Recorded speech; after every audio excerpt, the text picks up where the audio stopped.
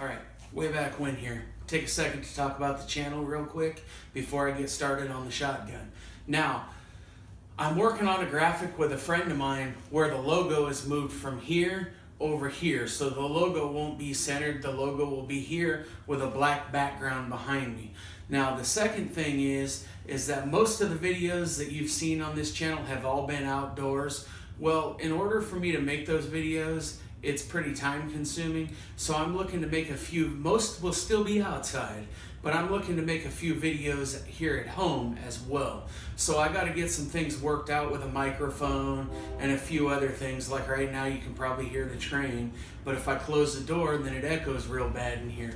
So I got to work that out with some Bluetooth mics or an exterior mic or something along those lines. So you will see the graphic over here, and hopefully the sound gets better.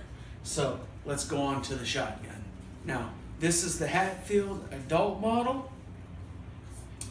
I did notice a few things on this one that I did not like, that I did not notice in the youth model. So consistency might be sort of an issue. Now, the typical complaints about the wood being nicked up, dented up, beat up, not on this one.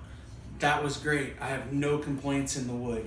I like the grain look in here. It's got some nice grain. It is real wood. Again, this is made in Turkey. Not stiff at all either, like the internet claims. I mean, that just practically falls right open. Just smooth as can be.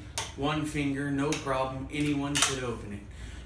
The trigger and the hammer, very, very stiff, and the trigger does feel to be somewhat inconsistent. But like I said about the youth model, let's be honest, it's a shotgun. It's not a precision bench rest gun. There's no need to panic over the trigger. None at all. The thing I noticed that really bothered me, it's going to be hard to see it here, this is not even. If you look down it, it runs like this, and the problem is this might be centered, the sight might be centered, but this rail that runs across here, a rib, it's all uneven. And so it kind of throws your eye off when you're looking down the barrel. Now keep in mind, the youth model did not have this rib going down the barrel. This is put on here for looks to make it look like a more expensive shotgun, I believe. And it was a poor execution because, like I said, it's all wavy, and that's the first thing your eye catches when you look down the barrel.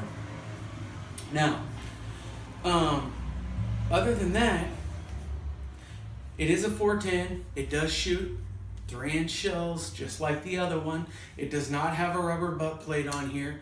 It's got your plastic butt plate. The youth model had the rubber butt plate on there, which made it a little nicer in my opinion. Even, you know, the adult model could use a rubber butt plate. The wood seemed to be consistent on this one. This one you would not want to fold up and put in a backpack. Simply too long. The barrel's longer than the stock, and this one has a little bit longer stock on it. It wouldn't fit in an average size backpack. Probably not something I would do, to be honest with you. By the way, this one is smooth and it has not been oiled. This is my first time hands on this. I just picked this up today.